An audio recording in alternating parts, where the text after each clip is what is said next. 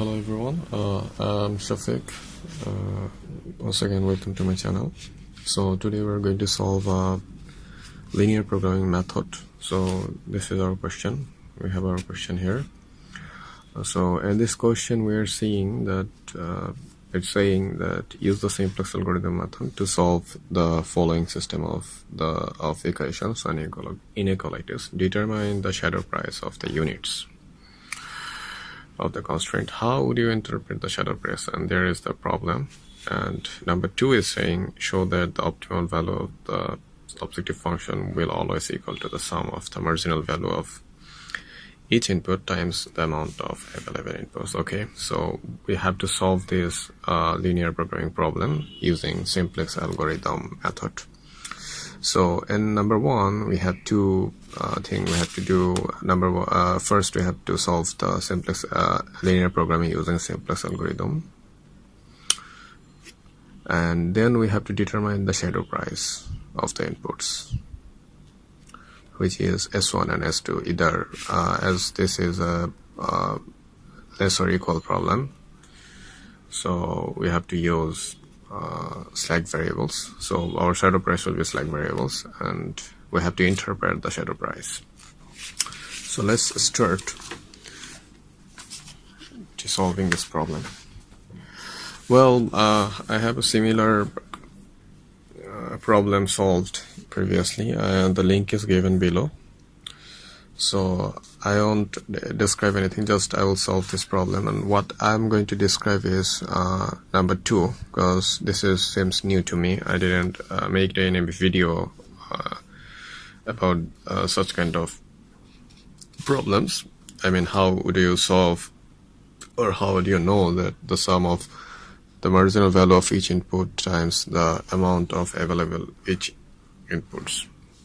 So I will describe it, and what I am going to do right now is just silently solve this problem. Okay, so if you want a much better description or interpretation, just follow my link below, given follow my video, which link is given below, to know about the largest details about it. So I'm going to solve this problem silently. Okay, so let's do it.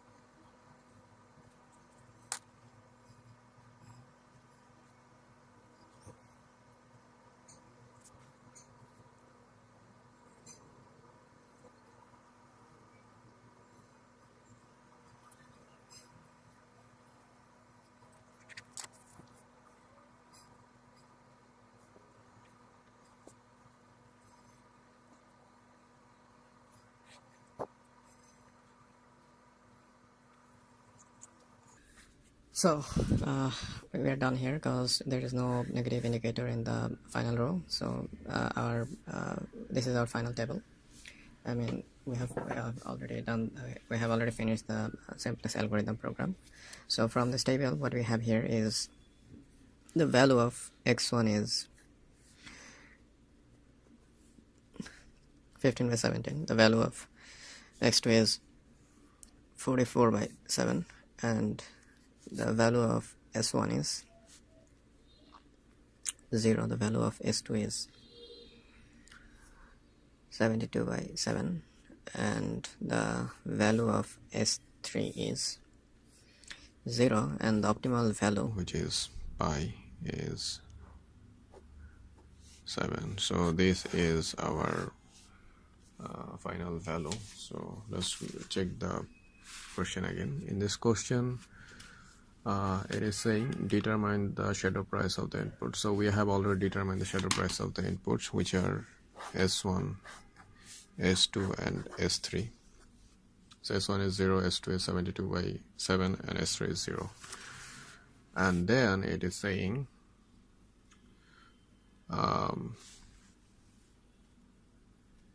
how would you interpret the shadow price? Okay, how would you interpret the shadow price? Okay, so the interpretation is each value, each like variable in the final table expresses the marginal value or shadow price of the input associated with the variables. That means these are the marginal value or the shadow price. This is the shadow prices. Okay, and it is also expressing that how much the objective function would change as a result of 1 unit increase in the input. For example, say S1 is associated with x2. These S1, S2 and S2 are for 3 constraints mentioned, given in the question. For example, if S1, if for example the profit would increase by 80 by 7,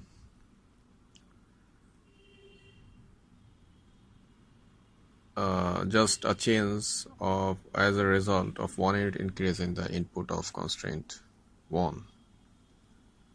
Okay. Change in the constant value of constraint 1. Okay.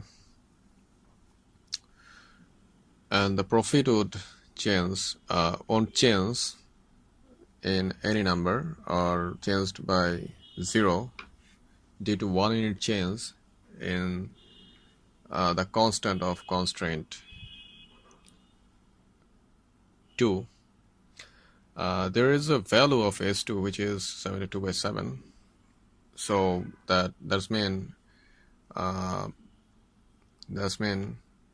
it has a positive slack variable.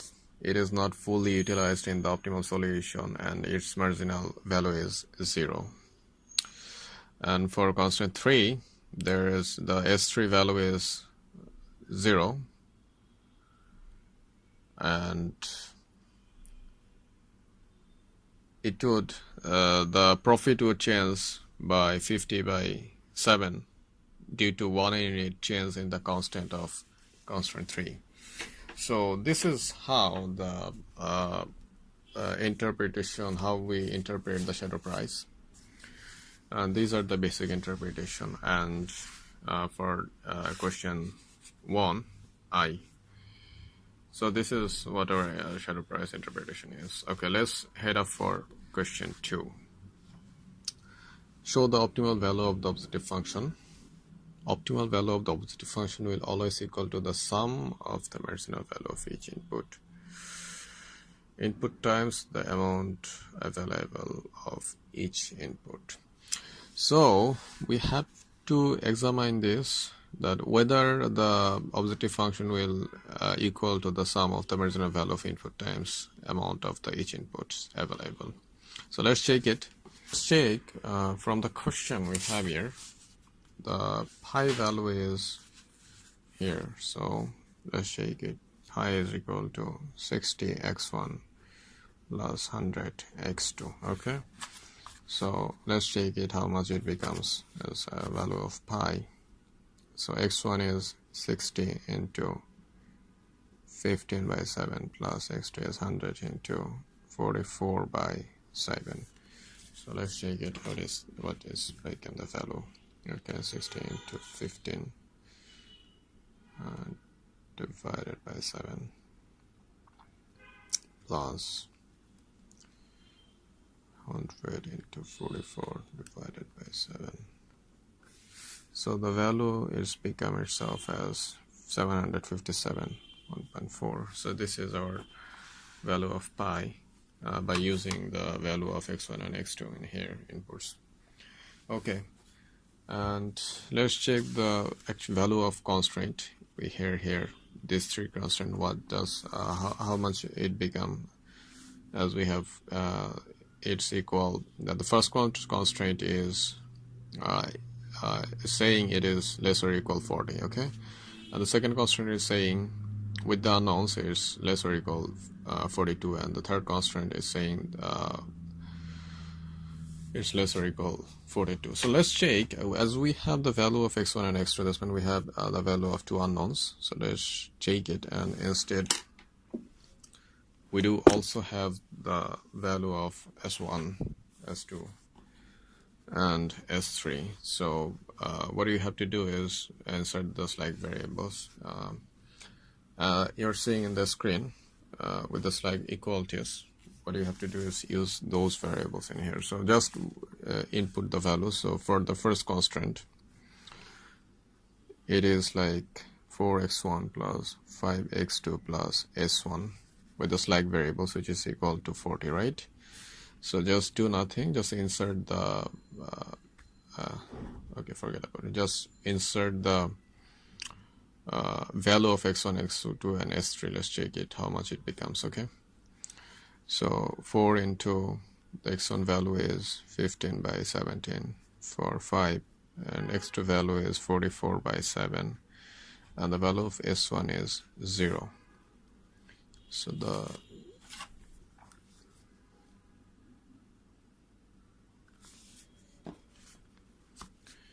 let's check it LHS 1. Okay, because 1 means first constraint. 4 into 15 divided by 7 plus 5 into 44 divided by 7. Okay, it is saying 40, which is equal to RHS 1, right? You can see from the question or your previous table. Okay,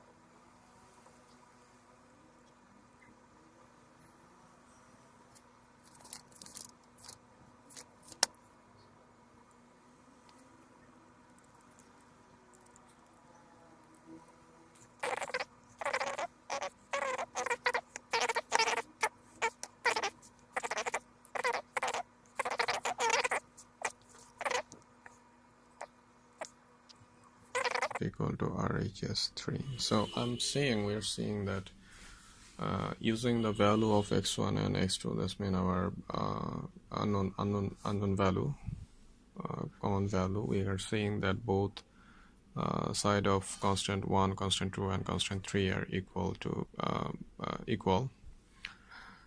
equally to each other. So we are seeing that all these things are equal. So what you have to do is just now check the second part. Check the second part of the question, that equal to the function. Objective function will always equal to the sum of marginal value of each input times among the available input. So before doing it, we want to consider at A as constraint 1, C1, B as constraint 2, and C as constant 3. Let's consider it. Okay, so from the final question, it is marginal value. Okay, sum of marginal value. So let's consider it as, so our max pi will be equal to marginal value, right? mp a of a plus mp b of b and plus mp c of c. So this is our law. So you're seeing in the screen that how we have to solve it. I mean, you're seeing in the last final table in the screen from where you have to use for a, the final value of is what we found in here is for constant 1 is 40, constant 2 is 42, and constant 3 is 42 also, by using this x1 and x2 value in the constant label. So what you have to do is using the shadow price from the final table, using the shadow price, you have to multiply the shadow price from the final table with what we have and what we find with what we have find from the constant 1 and constant 2 and constant 3 equalities by using the value of x1 and x2. So the shadow price for constant 1, I mean s1 is 80 by 7, right? And the value of constant 1 by using x1 and x2 is 40, right? Okay, same for marginal value of constant b, I mean constant 2, which is the shadow price for constant b. B is 0 and the value is 42 by using x1 and x2, and for c the portion is 50 by 7 and the value of constant c is 42. So by this calculation you have to calculate it using 80 into 7, sorry, 80 into 40 divided by 7. Okay, 7 plus 15 to 42 divided by 7. So our final value is 57.14, 757.14, which is equal to our all types of value. That's mean what we found from the final table as pi, what we have found from using x1 and x2, and what we found from the marginal price of A, B, and C. All are equal, so all three, pi 1, pi 2, and pi 3 are equal. So this is the solution. This is the solution, and we can easily see that the optimal value of the objective function will always equal to, that means the optimal value, this is our optimal value, from the table, and this is our optimal value by using x1 and x2, both are equal, which is 757.14. so this is the optimal value. The optimal value of the objective function will always equal to the sum of the marginal value of each input times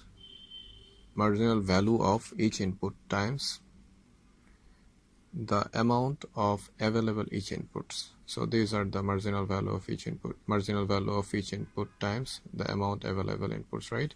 So this is the marginal value, these are the marginal value, which is referred as S1, S2, and S3 times available input, right?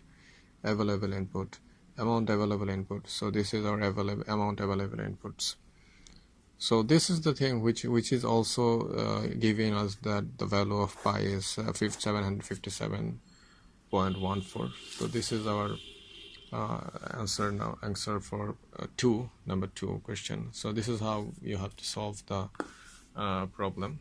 Thank you. And if you have any question, I have already given the video link below how you're going to know about the solving. I didn't mention any, I didn't use my voice during the solving of the problem because I have already solved the problem once. So please follow the video link if you want to know how to solve the simplex algorithm method maximization. So by seeing that method, you will learn how to solve and construct the tables, randomly construct the tables simultaneously. Then you watch this video. I just want to show this portion, the last portion, second portion of the mathematics, how you are going to show that the optimal value is equal to the sum of the marginal value of each input times the amount available inputs. So this is how I showed you. So if you have any question or something like that, please throw a comment in the below of the video in the comment box. I'll try to answer all kind of things you need to know. And stay tuned and wait for the next video. And if you want to know something, please let me know in the inbox. I will try to make a video for you. Thank you.